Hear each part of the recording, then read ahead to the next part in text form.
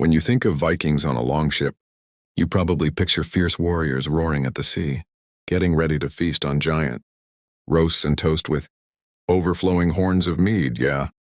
Think again. The reality of a North Atlantic voyage was cold, wet, cramped, and incredibly boring.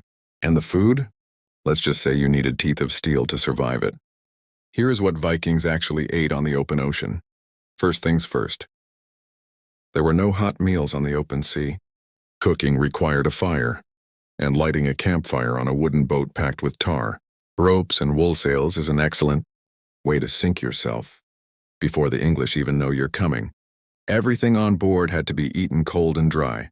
This wasn't delicious fish jerky. This was Atlantic cod caught in the winter, gutted, and left to freeze dry in the cold wind until it lost all its water and turned rock hard. It could last for years. To eat it, sailors either had to chew on it for hours like leather, or literally take a rock and smash it repeatedly to break the fibers apart. Bon appetit. If they wanted meat, it wasn't fresh.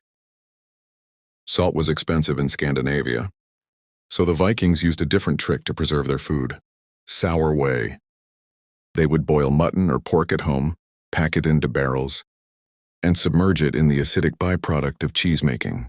The lactic acid kept the bacteria away, meaning the crew got to enjoy cold, slimy, intensely sour meat. To go with their sour meat, they packed flatbreads and hard rye crisp breads. Regular bread would turn into a moldy sponge within days in the damp sea air. But these dry crisp breads lasted for weeks. Archaeologists have even found them with holes baked into the center so they could be strung up on ropes, keeping them off the wet floor and away from hungry ship. Rats, what about hydration? Fresh water goes bad incredibly fast in stagnant wooden barrels, growing algae and bacteria. So the Vikings drank sira, water cut with sour whey, or a weak, low-alcohol everyday ale. The fermentation kept the liquid safe to drink, meaning the average crew was just a tiny bit buzzed for the entire voyage. Thankfully, Viking navigators weren't masochists. A voyage from Norway to England only took about 3 to 6 days if the weather was good. They preferred to island hop or hug the coastline.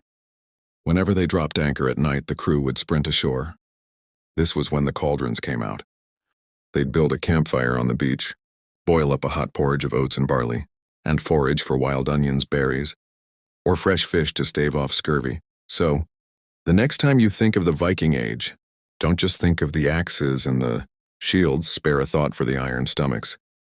It took just to survive the commute. If you enjoyed this look into the grittier side of history, smash that like button, subscribe for more deep dives into the past, and let me know in the comments. Could you survive a week on a diet of dried cod and sour whey? See you next time.